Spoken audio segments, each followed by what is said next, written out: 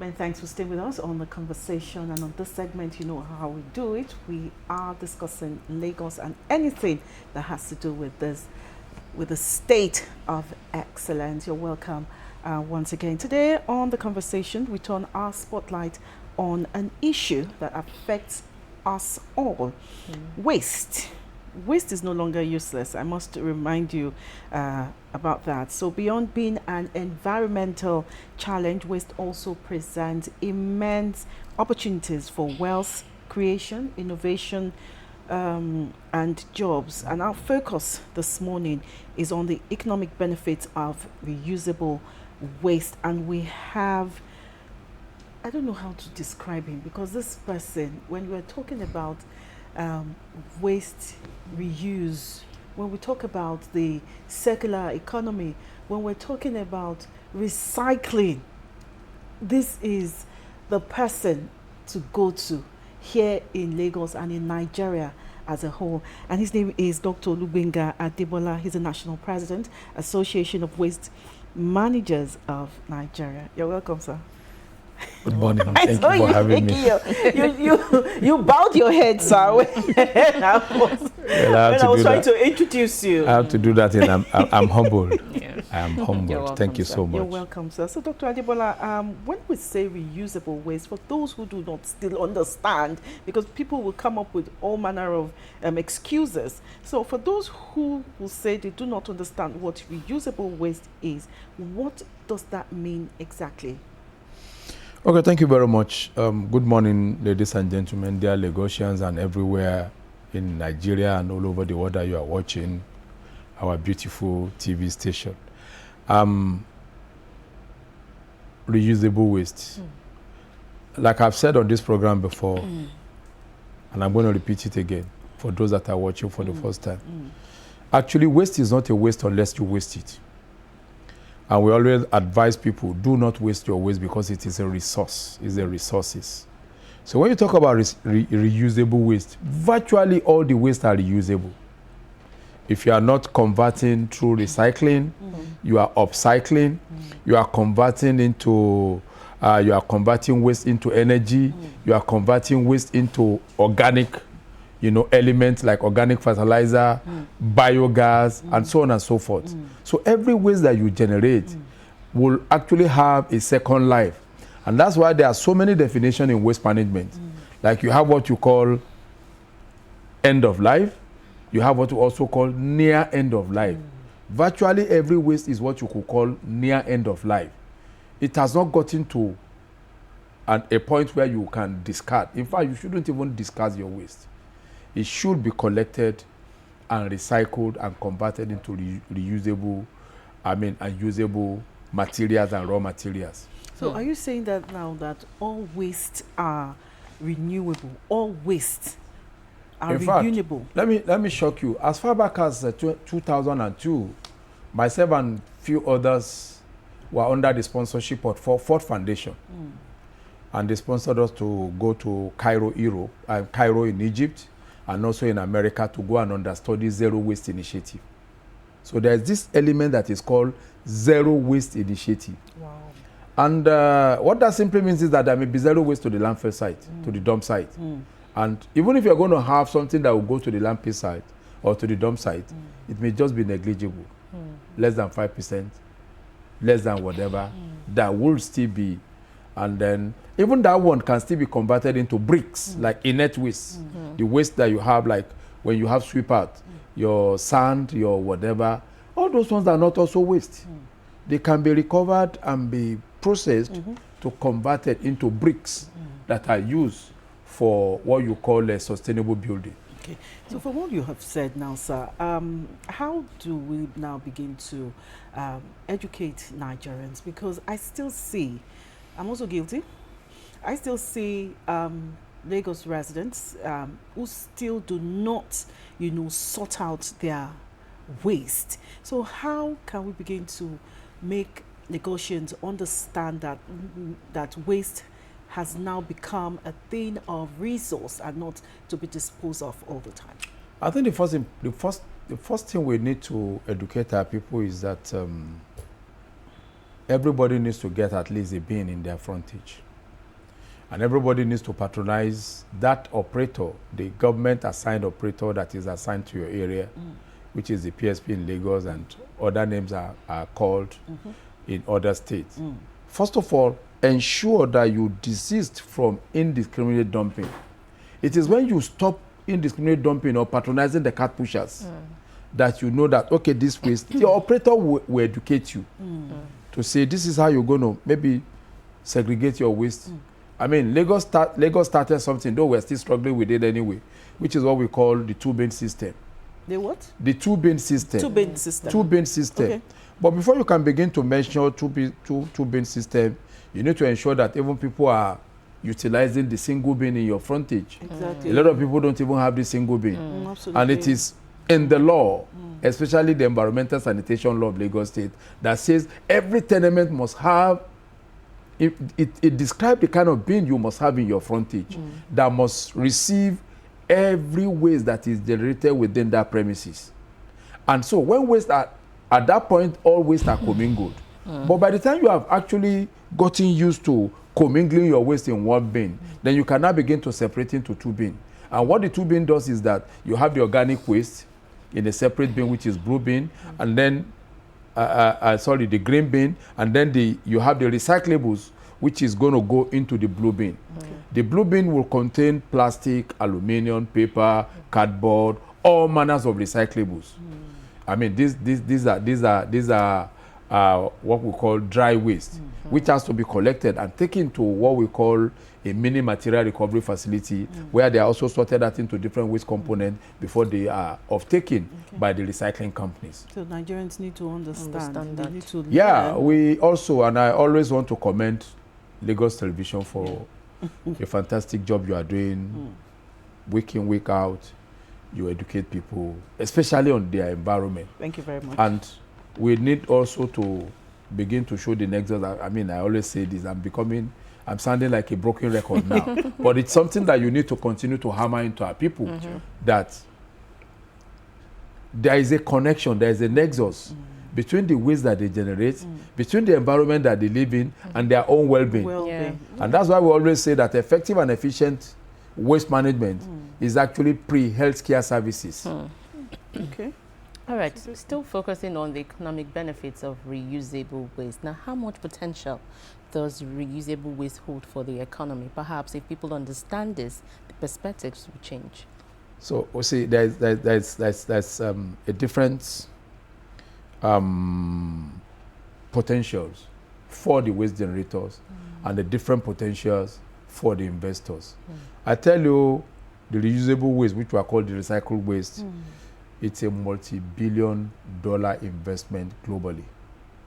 Even in Nigeria, I mean, I know how much I've invested in recycling equipment, and so also a lot of people have invested millions and millions of naira, in hundreds, in more hundreds, in recyclable materials. And this is also generating quite a lot of employment opportunities, for the teeming Lagosians, for the teeming Nigerians, because people wake up. I mean, we know how many, you see these days now, hardly will you walk on any street in Lagos, on the street of Lagos, and you not see somebody picking plastic on their head, somebody picking cardboard, somebody already can. Somebody, I mean, I just drove through a popular beverage company coming here now. Just go to their frontage and see the segregation of all manners of plastics. Even the nylon, cartons the cartons, they are there, you see them. And that is a livelihood, and that is what waste management brings to the doorstep of people, sustainable livelihood. And when you talk about economic benefit, that's what we're talking about. I did a paper as far back as 2006, which was presented in India, presented in America, about the role of even the informal private sector in integrated solid waste management in Lagos, Nigeria. And I will tell you that even as at that time, the people that you see that do koto and all that, we call them informal sectors. People call them scavengers, whatever you call them. But they are making something fantastic. As at that time, even up till now, what they make in a day is more than what it's called the minimum wage per month. It may shock you to know that. So, in Yoruba they say, no below. You understand? So, the economic benefit is so enormous. I mean, I've talked about opportunity to generate enormous employment opportunity, putting food on people's table. I mean, putting money. And in that paper, I highlighted the fact that a lot of people that could not even go to school because they went into waste picking, they were able to make money and we have a lot of them, and send themselves through primary school, through secondary school and university. And a lot of people also are able, so you see, effective waste management, economics or whatever, is actually promoting the MDGs, most of the MDGs, because it gives you access to good healthcare services. How do I mean? Once you are able to have your money in your pocket, is either you are paying for health insurance or you can even pay out of pocket because you have a livelihood. It will put food on your table. You send your children to school. Sorry, Adebimpe. I also want us to look at the environmental aspect of it, the environmental gains now of reusable waste. Aside boosting the economy, what are the environmental benefits? Fantastic. I thank you. So, looking at economic benefits, there's also an environmental benefit. One of the environmental benefits is the fact that once you have been able to recover your waste, all manners of waste, let me break it down. If you are able to recover the organic waste and then allow it to go into illegal dump sites and all that. Don't understand what organic waste is. Organic waste are just, what do I call it now? The kind of waste you generate in your kitchen. The ewedu, the amala, tomato, and all those things that can degrade. You know, even your garden waste is organic waste, and so on and so forth. So all those organic waste, once they are properly collected and taken to where they will be utilized, you have saved the environment. You know, you have saved the generation of what we call methane. Because when organic waste actually decomposes, it generates, this methane. And methane is one of the greenhouse gases that causes all manners of, what do we call it, climate change, even, the environmental degradation and all that. Once you are able to reduce the carbon footprint, the environment is better. Number two, when organic waste is decomposing and it has an opportunity to mix with rainwater, for instance, in an open space, it generates a pungent, very toxic liquid substance that is called leachate. Leachate will percolate into the underground water and pollute the water that we drink. And then when you drink that, and it is also carcinogenic in nature, it causes cancer. And another environmental benefit is environment/health. Okay. The plastic, when you burn plastic, when you incinerate plastic in burn, like you are burning your waste. As a matter of fact, it is even forbidden. It's not even good for anybody to burn their waste. This is something that we must continue to drum into the ears of our people, the teeming Lagosians and everybody. Because when you burn your waste, there are some elements of plastics in that waste. And when the plastics are burnt, it releases some pungent, very dangerous fumes that one should not inhale. That you shouldn't inhale.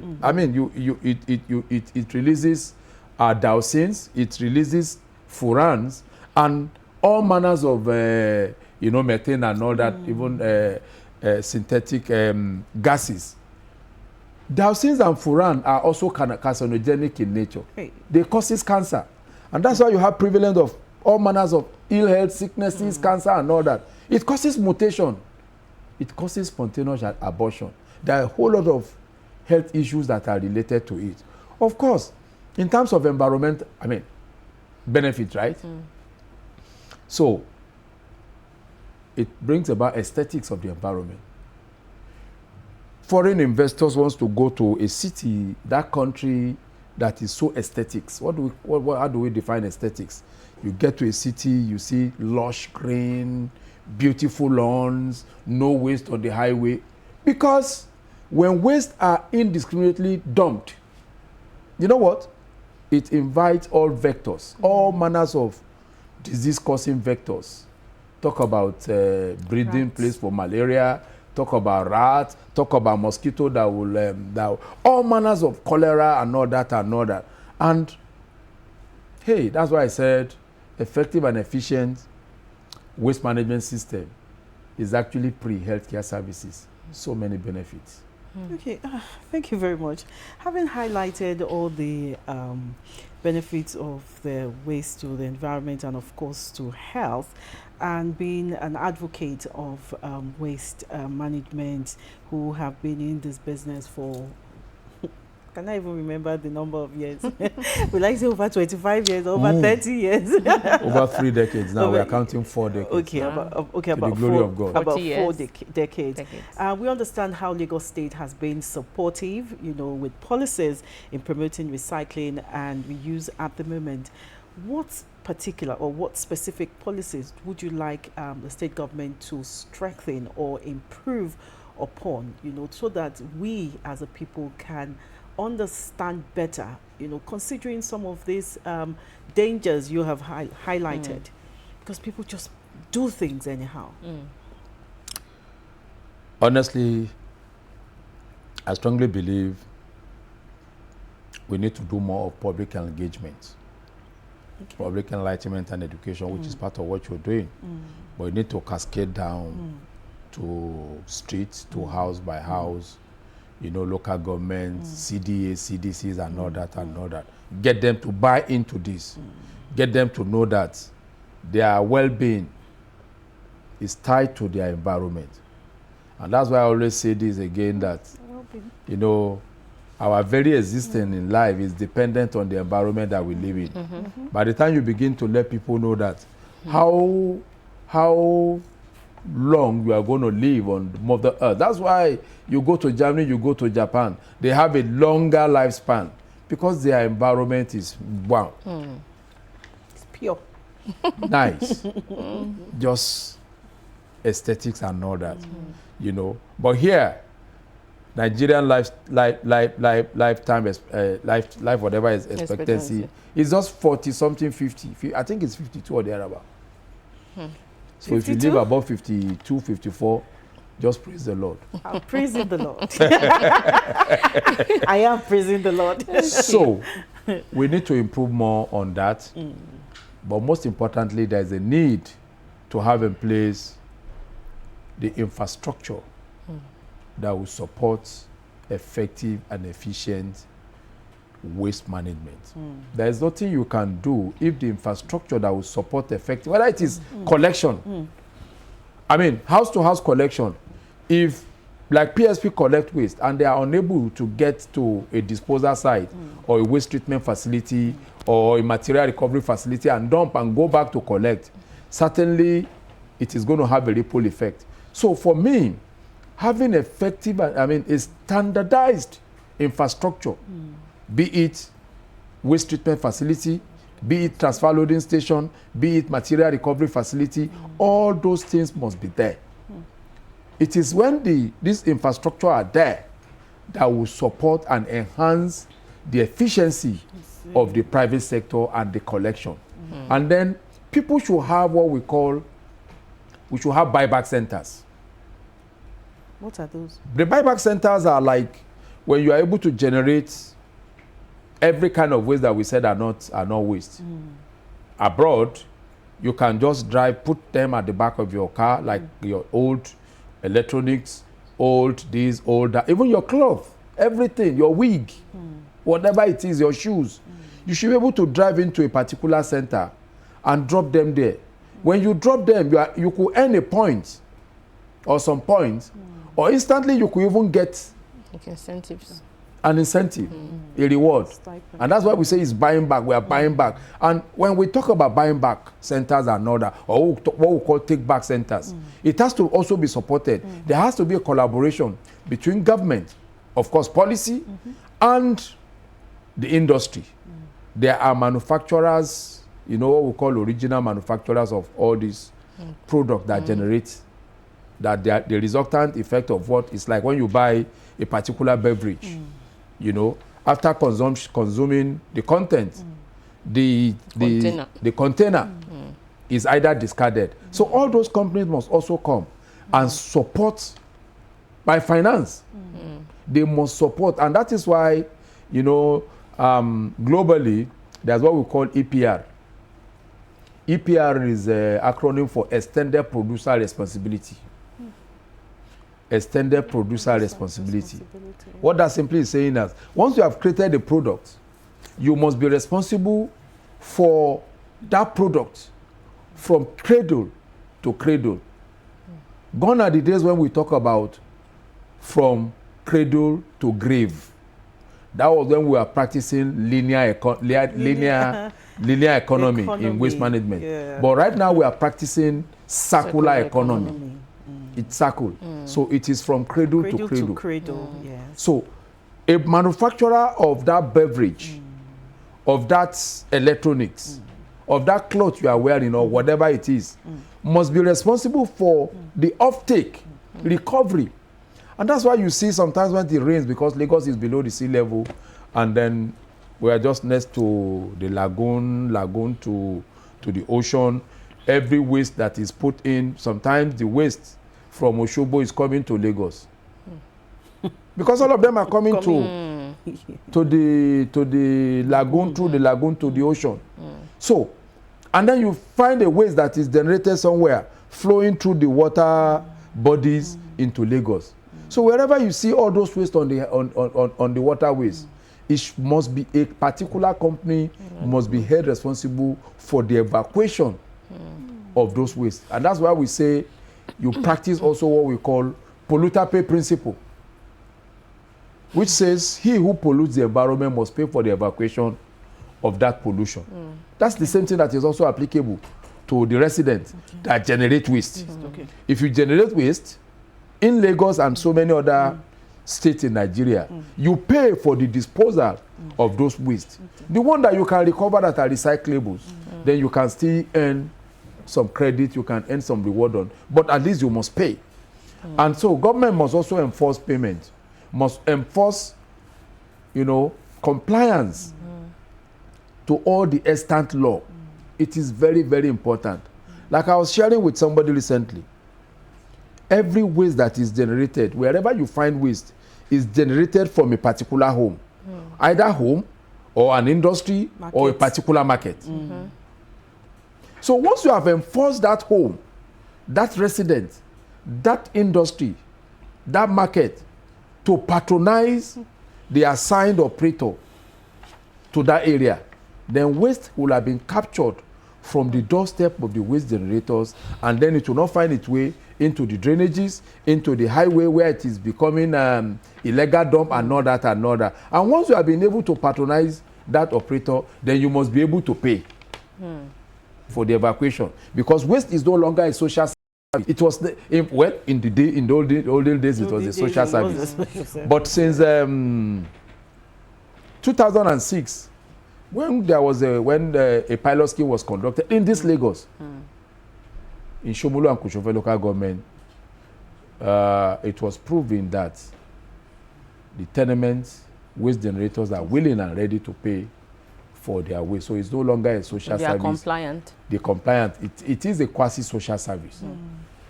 Thank you very much, Doctor. Waste is no longer rubbish. It is wealth. It is job creation. It is innovation. We've been talking economic benefits of reusable waste, and we have with us Dr. Olubenga Adebola, National President, Association of Waste Managers of Nigeria. One more thing, your well-being is tied to your environment.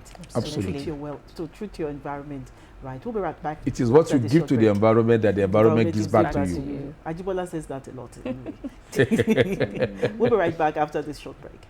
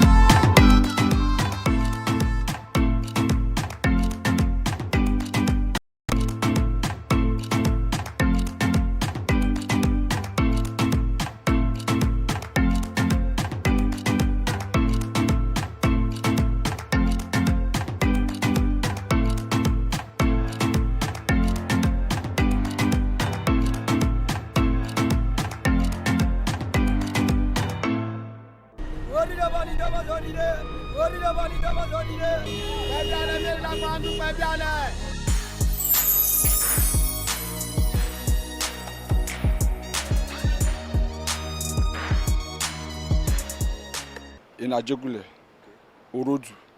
I'm coming to work in the morning, so some boys attack me in the morning when I'm going to work. They collect my phone. They even hold me, so I have to run to the bank to block my bank account, my line, everything. So after then, I went to go and retrieve my line. I buy another line. I went to do my NIN. Then I retrieve my line. So since that day, when I'm going to work, I normally wait that when the day is bad, that I can see people in my front and people at my back.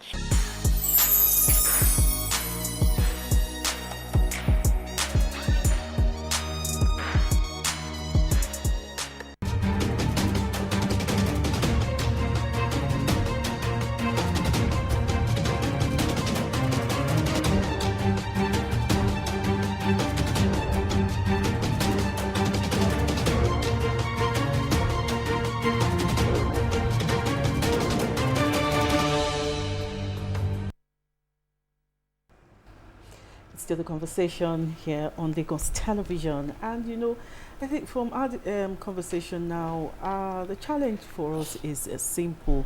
Let's just change our mindset and ensure that what we call waste, what we call rubbish, has a value in it. I really like that he, explained, broke it down. When I asked him how you asked people, do people really understand yeah, waste disposal? And he began to break it down when I asked him about what's it called now, I can't remember the word, but again when he talked about the wedu, the difference between the waste we have, the organic ones and the other one, it just hit me that we are contributing so much to the damage of our environment, even with the way that we dispose our waste. It's just sheer carelessness. Some people don't know. And we just behave as if we do not care. Okay, we have to go. We're talking too much now. Too much. Let's go. Abimbola. Yes, time is fast spent. We need to go. Thank you so much for watching the Monday edition of The Conversation here on Lagos Television. By God's grace, 10 a.m. Tomorrow will be another time to join the team. I am Abimbola Bello. I am Ajibola Joshola. We'll see you tomorrow. I am Joy Olu. Enjoy the rest of your day. And I am Adibimpe Omotayo. We'll be right back tomorrow, Tuesday team.